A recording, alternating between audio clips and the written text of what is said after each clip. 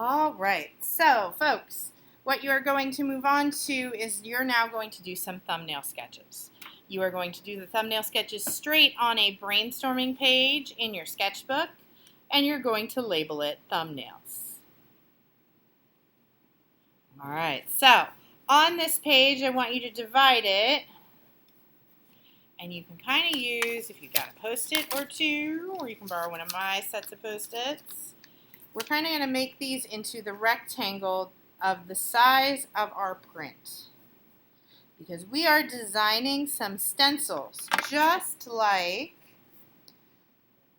Fabiana Rodriguez. We're going to design some stencils that we're going to use in Monoprints later this week.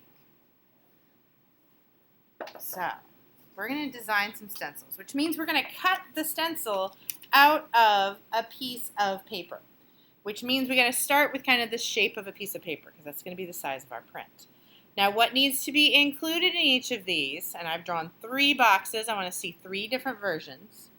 I want to see at least 4 symbols about you.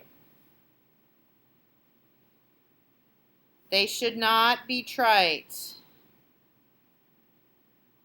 So you've got to come up with that. They need to be combined using Scamper.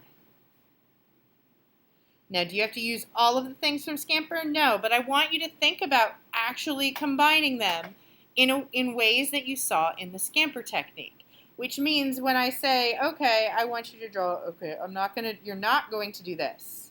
I'm not going to see Lego, hammer, heart.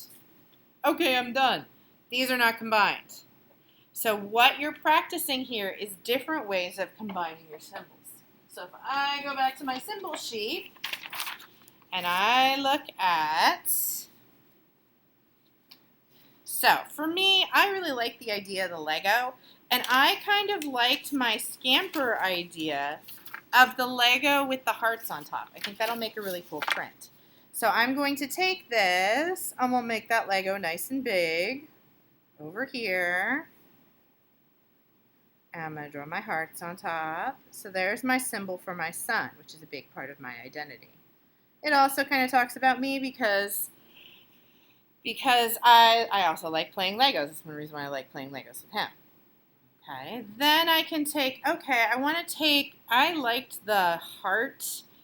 I made it a heart Lego, but I kind of like this idea without the Lego of the heart sewing. So I'm going to take my thing here, and I'm going to see how I'm spacing them out? I'm going to combine them this way. So I've got that. I'm also going to make sure that things are shapes because it's going to make the next step easier. So I've got the shape of this thread. That thread is coming all the way around my page and really breaking it up. It's going to help me on the next step. Then I got to add my needle here and make my needle really big. Okay. And then that can go up. And by using that,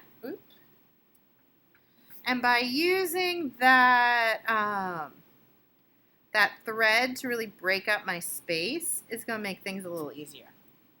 Okay. I've also got things going off the edge of the page, which is going to be helpful. All right, so now I've got two of my symbols. Let's go back to my paper over here. What other symbol I have? Oh, my anime convention badge. I gotta make that non-trite because it was back from before I came up with my trite symbols. So I think my badge. Let's see. I want to do my badge kind of over here, and then maybe on my badge I've got my convention character. So I'm kind of adding her, and that gives me another kind of shape that I can use to break up this space. Right. So I've got my convention badge, so now I'm down to 3. Now notice that already with 3 symbols, my space is pretty full.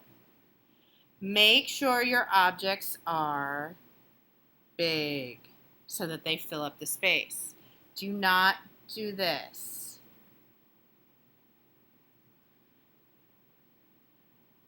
This is not going to help you. This is going to leave a lot of empty space. You also notice that I'm overlapping and connecting my objects to each other. This is going to be important for the next step. Now, I think my next thing, I'm going to do my heart hammer. Oh, wait, maybe I can substitute. What could I substitute to add that heart hammer? Maybe, oh, wait, maybe instead of here, maybe this, the bottom part, oh, let's move this whole thing over. If I move this whole thing over, and I have the bottom part of my needle, and that needle becomes, the top part is my heart hammer. There we go. I've combined two symbols. I've substituted a part and piece. So now I'm using that a little bit more of that scamper technique, especially because I already fill up the page. I still have a little bit of space over here that I need to do. Let's see, what else? Oh, I have my palette symbol. So maybe I make my palette symbol nice and big so it overlaps this. And then instead of paint in my palette, I've got these little like to make my palette non-trite. I added these kind of elemental symbols from Avatar, which I really like. Maybe I make this a little bigger so it's going off the page.